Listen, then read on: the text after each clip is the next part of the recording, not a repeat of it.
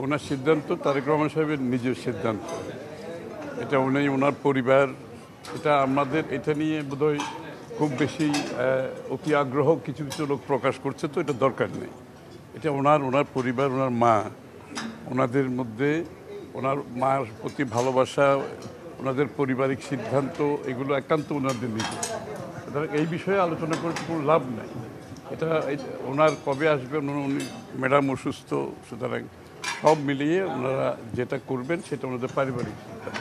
আর উনি তো একটা স্টেটমেন্ট করেছেন, তাই না? তারেক সাহেব সামাজিক যোগাযোগ মাধ্যমে যে বিভ্রান্তি ছড়ানো হচ্ছে 2-1 দিনের মধ্যে, সেই বিষয়ে কি বলবেন? আমার এরকম কিছু জানা নেই, ওইরকম কোনো কিছু আমরা কালকে মিটিংও আলোচনা হয় নাই এবং পরবর্তীতে আমার জানা নেই। নরেন্দ্র মোদী একা তো নয়, তো বিশ্বের বিভিন্ন জায়গা থেকে করছে। তো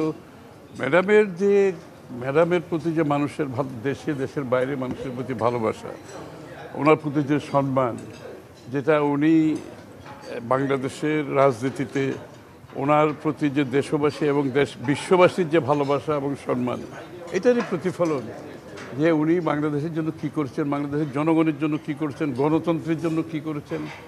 এটা আজকে সকলের কাছে স্বীকৃতি, এটা সারা বিশ্বব্যাপী স্বীকৃতি পাচ্ছে। এটা হচ্ছে সবচেয়ে বড় কথা। এটা একটা রাজনীতিবিদের জন্য এর চেয়ে বড় কিছু পাওনা আর কিছু থাকে না। রাজনীতি এত সহজে প্রভাব পড়ার কোনো বিষয় না। বিএনপি একটি সবচেয়ে জনপ্রিয় দল, মানুষের আস্থা নিয়ে রাজনীতি করে। বাংলাদেশের মানুষের আস্থা বিএনপির নেতৃত্ব, দেশনেত্রী বেগম খালেদা জিয়া এবং তারেক রহমান এবং জিয়াউর রহমান সাহেবের উপর যে আস্থা আছে, এটা বাংলাদেশের মানুষ যখনই সুযোগ পেয়েছে তখনই প্রমাণ করেছে, ইনশাআল্লাহ আগামী দিনও প্রমাণ করবে।